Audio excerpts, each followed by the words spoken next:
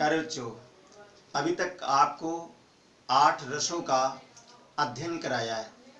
अब हम आपको शांत रस जो नवा रस है उसका हम अध्ययन कराने वाले हैं, जिसको ध्यानपूर्वक आप लोग सुने और याद करें।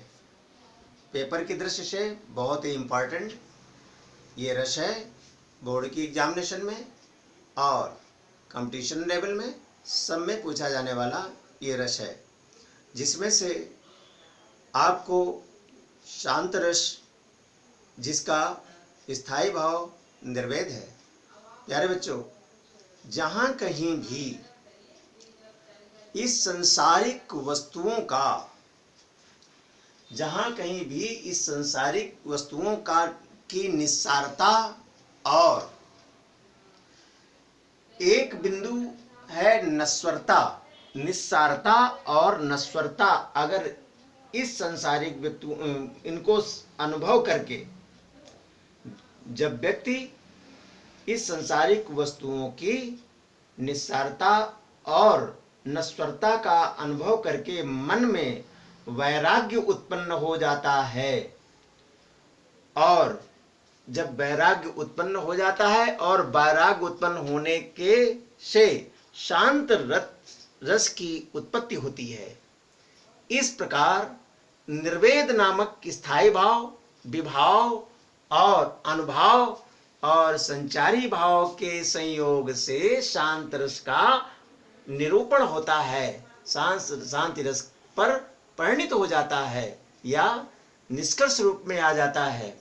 आप उदाहरण है आप लोगों के लिए, मन मस्त हुआ फिर क्यों डोले, हीरा पायो गांठ गठियायो, बार बार वाको क्यों खोले।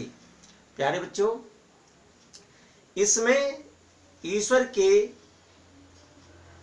तरफ मन आकर्षित होकर के मत वाला हो जाता है, और भक्ति रूपी हीरो की पोटली जब हमको मिल गई, ईश्वर आराध्य जब हमको मिल गया, तो उसको बार बार हम क्यों खोल खोल करके बिखराएं, उसको अंदर आनंद उनका लेते रहें। और इसके स्पष्टीकरण में हम आपको बता देते हैं। प्यारे बच्चों, स्थायी भाव निर्वेद होता है, जैसा कि हम पहले आपको बता चुके हैं, और विभाव के अंतर्गत आश्रय, ईश्वर, विषय तथा कवि ये आश्रय है, और आलम्बन तत्व ज्ञान और चिंतन।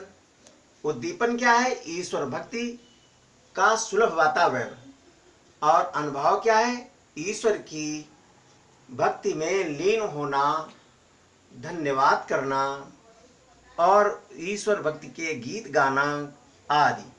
संचारी भाव क्या है?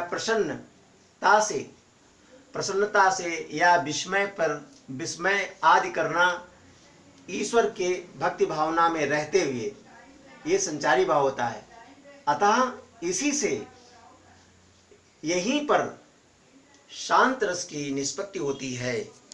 प्यारे बच्चों, ये आपका शांत रस हुआ, जो परीक्षाओं की दृष्टि से बहुत ही महत्वपूर्ण है, जिसको आप बहुत तरीके से हमने आपको जिससे समझाया है, और आप बहुत समझ गए होंगे, हमारा विचार है। और अगर ना समझ में आया हो तो हमको कमेंट करिएगा, हम आपको दूसरी वीडियो में और अच्छा समझाने की कोशिश करेंगे।